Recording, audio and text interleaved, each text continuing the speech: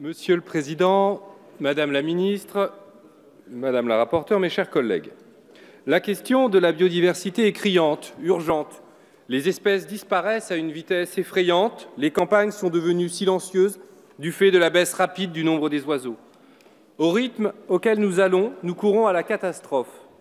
La 6e extinction de masse des espèces vivantes est commencée et même s'accélère. Nous faisons face à un véritable anéantissement biologique.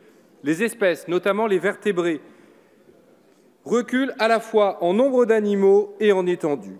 D'après une étude de 2017, les disparitions d'espèces ont été multipliées par 100 depuis 1900, soit un rythme sans équivalent depuis l'extinction des dinosaures. Une étude du CNRS a montré l'an dernier une réduction de près d'un tiers de la population d'oiseaux en 17 ans. Les causes de cette catastrophe sont connues. C'est l'accaparation productiviste du capitalisme qui a conduit l'homme à détruire les écosystèmes, perturber les fragiles équilibres, polluer ici, déforester là, empêcher les animaux de se déplacer selon leur migration naturelle, ce qui a provoqué des hécatombes. Nous avons détruit, anéanti, dégradé, saccagé, pillé, ravagé, dévasté, massacré notre environnement naturel, soit pour en tirer le plus d'argent possible, soit pour le simple plaisir de tuer ou de détruire. Nous avons bétonné les sols, nous avons rasé les forêts, nous avons empoisonné les rivières, nous avons déversé nos déchets partout où nous le pouvions, nous avons créé des montagnes de plastique qui polluent les sols et les eaux. D'une planète tempérée, où il faisait bon vivre, nous sommes en train de créer un enfer pour nous et pour toutes les espèces vivantes. Aussi, le projet de loi qui nous est présenté, créant un office français pour la biodiversité, en fusionnant l'Office national de la chasse et de la faune sauvage avec l'Agence française de la biodiversité, afin de rendre plus lisible et efficace la préservation de la biodiversité et l'exercice de la police de l'environnement, pourrait être une bonne idée. Il est plus que temps d'avoir un établissement public vraiment efficace pour faire respecter des réglementations pourtant trop timides et des lois pas assez protectrices. Toutefois, je ne peux que noter le manque d'ambition écologique de ce gouvernement que ce projet de loi ne va évidemment pas pallier. Dans un contexte austéritaire, les moyens alloués à l'écologie sont tout à fait insuffisants pour combler les besoins. Et pourtant, ce nouvel établissement doit être le support du grand plan biodiversité annoncé en 2018. Comment, dans ces conditions, assurer la défense de l'intérêt général écologique? Le budget du ministère de l'écologie est en hausse de 0,22%. Une misère au vu des urgences. L'ONCFS est dans une impasse budgétaire à cause des cadeaux d'Emmanuel Macron aux chasseurs, quand il a décidé, seul, de baisser de moitié le prix du permis de chasse national. À l'heure actuelle, les effectifs sont critiques pour assurer les missions et garder les compétences.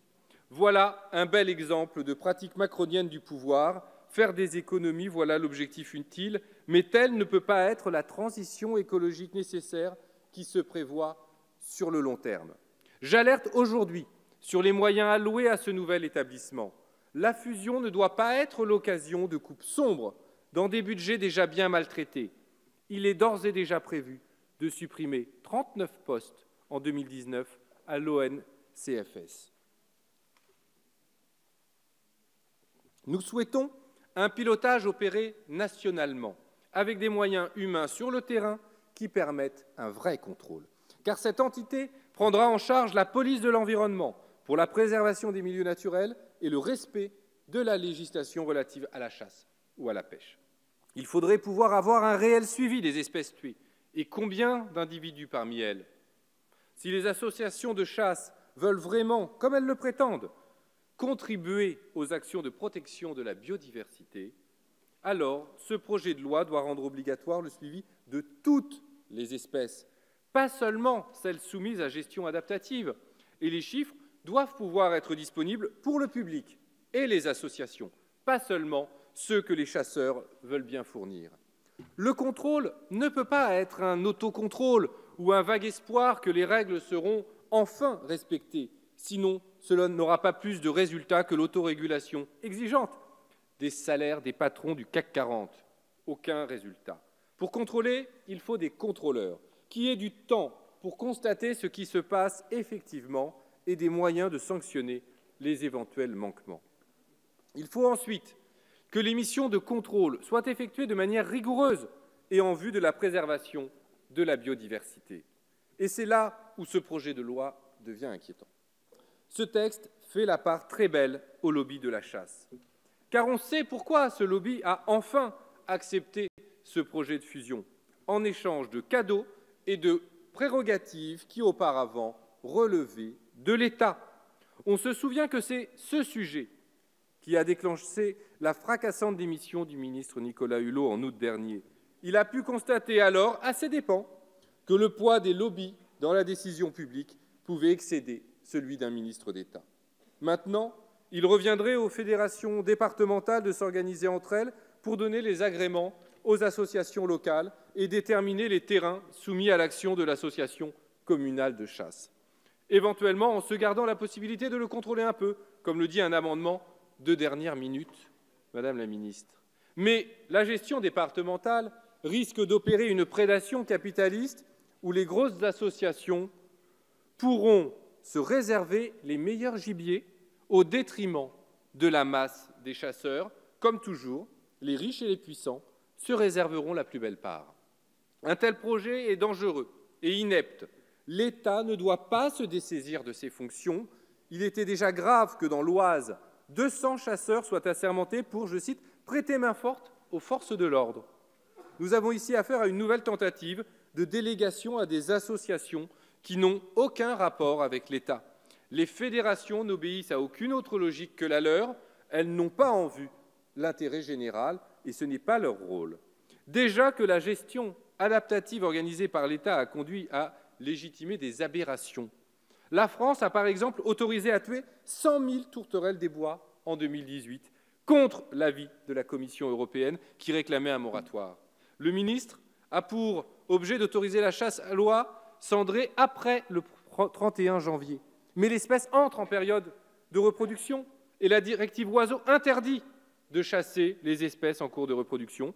Mais au nom de la gestion adaptative, le gouvernement envisage d'autoriser la chasse de 5 000 oies supplémentaires en février, sous prétexte de dégâts agricoles qui sont causés par une autre espèce d'oie. Cette nouvelle manœuvre de privatisation de l'État est inquiétante. Après avoir vidé l'État et les institutions publiques de leur substance, en supprimant des postes, en perdant les compétences, en leur ôtant tout moyen d'action, le peu qui reste finit par être donné au privé. Belle victoire du lobby de la chasse. Ce projet de loi en profite au passage pour octroyer à ces fédérations une compensation financière. Admirez la puissance du lobby. Ainsi, les fédérations de chasseurs pourront faire à peu près ce qu'elles veulent et en plus, elles obtiennent des financements publics pour avoir les mains libres. Rappelons la puissance du lobby de la chasse. Avant la mienne, le ministre d'État, qui nous a quittés, lui-même avait déposé 2 propositions de loi pour interdire la chasse à courre. Pensez-vous que celle-ci sera interdite ? La chasse à courre, pratique cruelle et oligarchique, consiste à poursuivre des animaux à cheval à l'aide d'une meute de chiens jusqu'à épuisement du gibier avant de les lever et de les achever à l'arme blanche. Les chasseurs n'hésitent pas d'ailleurs à poursuivre ces pauvres bêtes jusque dans les villages ou même les jardins privés, en dépit du droit de propriété privée, pour les y achever, ce qui a grandement choqué la population venue sur place pour essayer de sauver la vie de ces animaux terrifiés. Je rappelle que plus de 80% des Français sont favorables à l'interdiction de cette pratique de chasse en particulier, et que grâce au lobby des chasseurs, elle est toujours autorisée. Une telle fusion aurait pu être une bonne idée et une bonne occasion. Mais à l'heure actuelle, il y a encore trop d'interrogations.